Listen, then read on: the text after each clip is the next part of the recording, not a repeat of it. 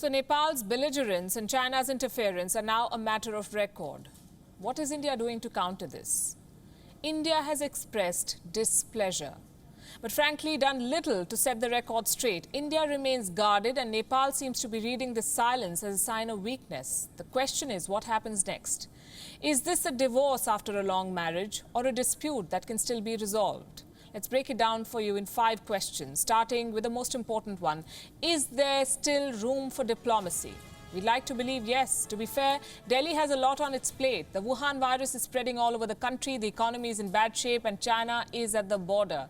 Nepal perhaps is not priority right now. But that doesn't change the fact that Nepal altered the status quo without giving diplomacy a chance. India must respond if it isn't already responding. Question number 2. What are India's options? Nepal is provoking Delhi and going deeper into China's embrace.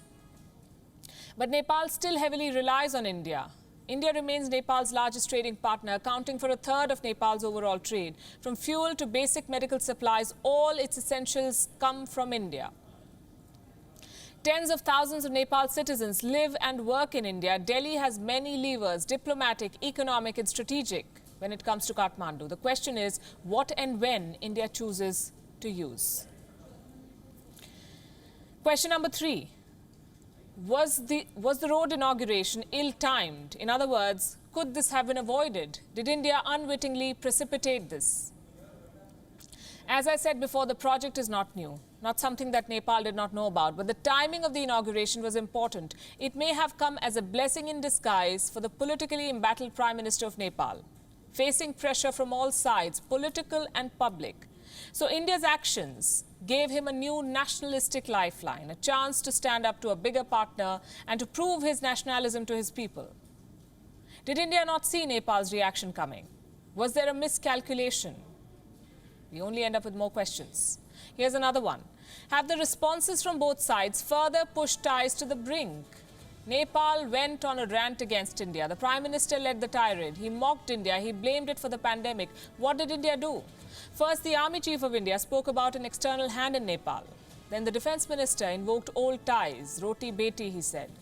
And in between, there were long stretches of silence. The political uneasiness between the two is evident. Nepal's optics and India's silence have not helped matters.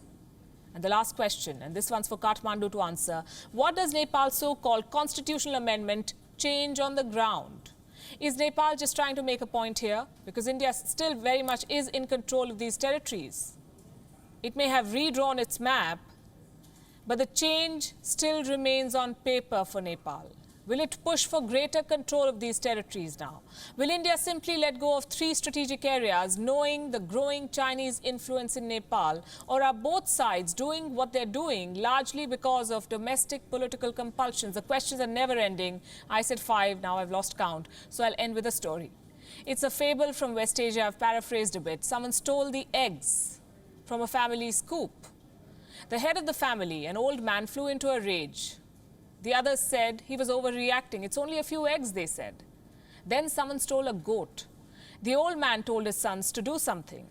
They said, we have many goats. We can let go of one. And then a child was stolen. When the family expressed shock and disbelief, the old man said they should have acted when the eggs were taken. Moral of the story, act now when it's just the eggs.